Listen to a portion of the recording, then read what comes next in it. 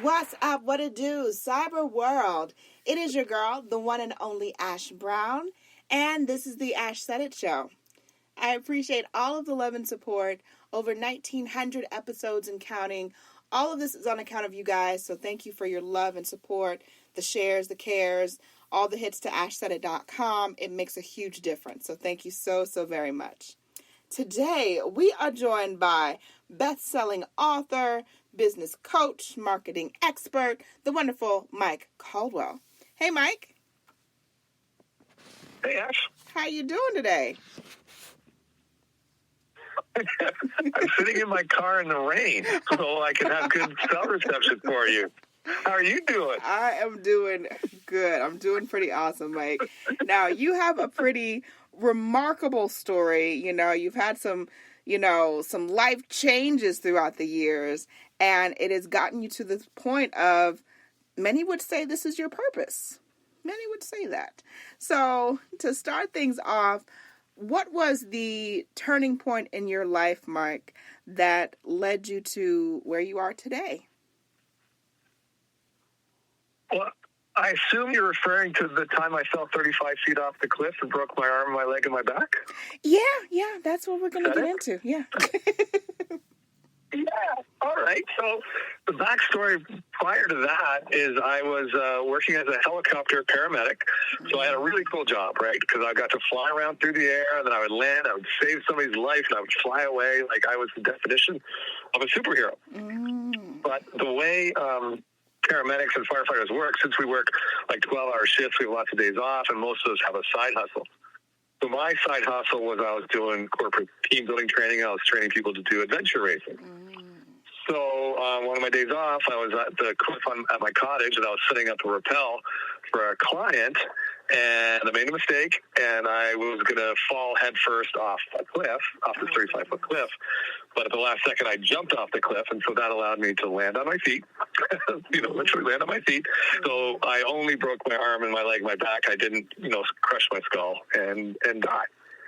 And then from there, I had to take some time off work, and I started, questioning my decisions in life.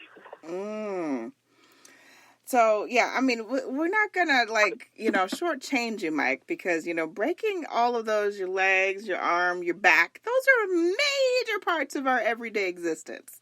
All right, so those are huge things to have happened.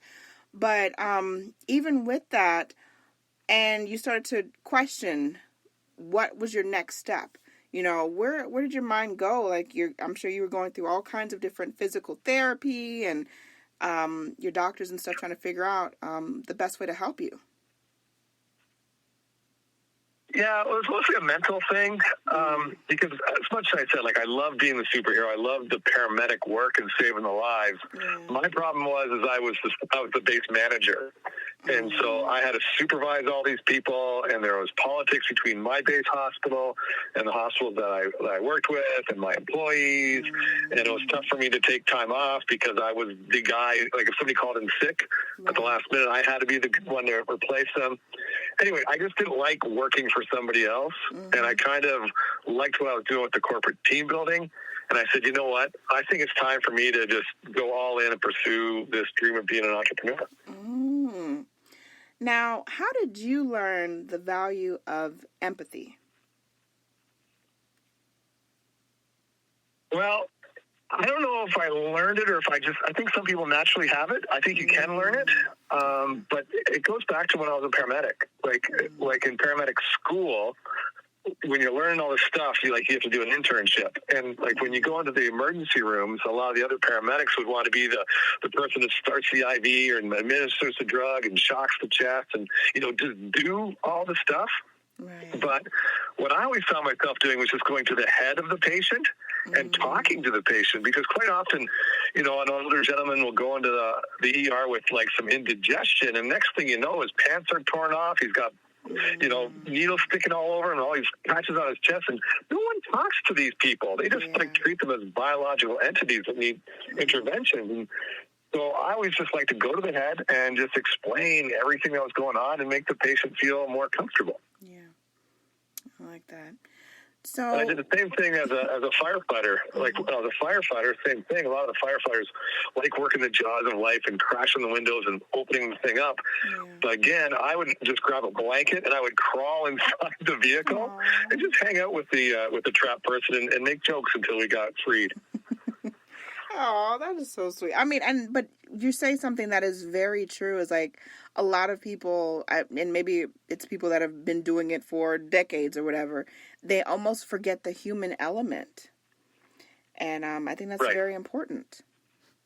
That's very, very important. Yeah, and so that transfers so well to the marketing, because we're all about tactics and gadgets and widgets, and we forget that we're actually dealing with people, and that we all say this. Every business says like we know that people like to buy from those that we know, like, and trust. But how much effort do we put into getting people to know, like, and trust us? Gotcha. All right, so I want to go into the 5-step process of unlocking the empathetic marketing superpower. What does that look like? Well, instead of going to all 5, the crux of it is understanding your audience. Like, that's the core. Because once you can understand your audience, then some of the other things are creating a really good have-to-have-it hook and your own big differentiator and identifying false-limiting beliefs. But understanding your audience, there's 2 parts to that, okay?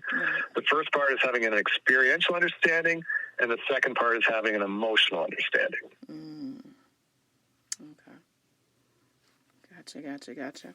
So for you, with your experience from paramedic to now you're this, empathetic marketing genius and coach, and you're helping people with their businesses understand, what advice would you offer to the next generation of coaches?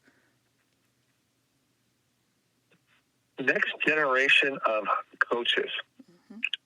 Well, I think the biggest takeaway that I think most businesses could have, or which you could teach, is to find a way to stand out and to separate yourself from the competition. And so what I see a lot of, because that's what we're looking for. That's, as consumers, I don't know if we're looking for better, but we want to know why you're better. We want to know you're different more so than better. Right. And so I see a lot of businesses, when I look at their websites or when I look at their ads, there's 2 things you can ask yourself as a business owner. You can look at your website headline, and you can ask yourself, can my competition have this same headline as me? Like 99 times out of 100, your competition can say the same thing you're saying. Right. Which brings me to the second thing is, ask yourself, has my audience heard what I'm saying before? And if either of those things are happening, then there's one thing you can do to change that so that you can stand out. Gotcha. Mike, thank you so much for coming through today. We truly appreciate you sharing those little gemstones with us. We appreciate it. You're very welcome. And let everyone know if they need to get some more information, if they want to check out some of those ebooks that you have, or if maybe they want to get in contact with you, what's the best way?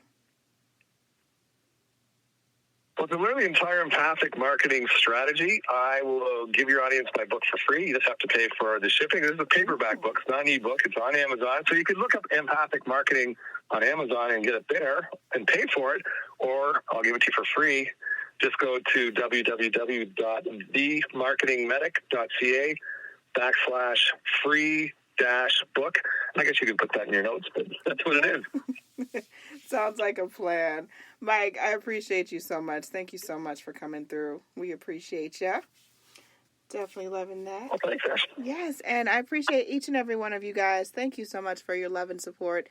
Keeping in mind, anyone to tell you that you can't do what you want to do, you look them square in the face, you tell them, don't believe me, just watch. Watch what I do, watch me make it happen, watch me make history. That's what we're doing this for, the history books. Social media is nice, but real life is so much better. Until next time, you guys.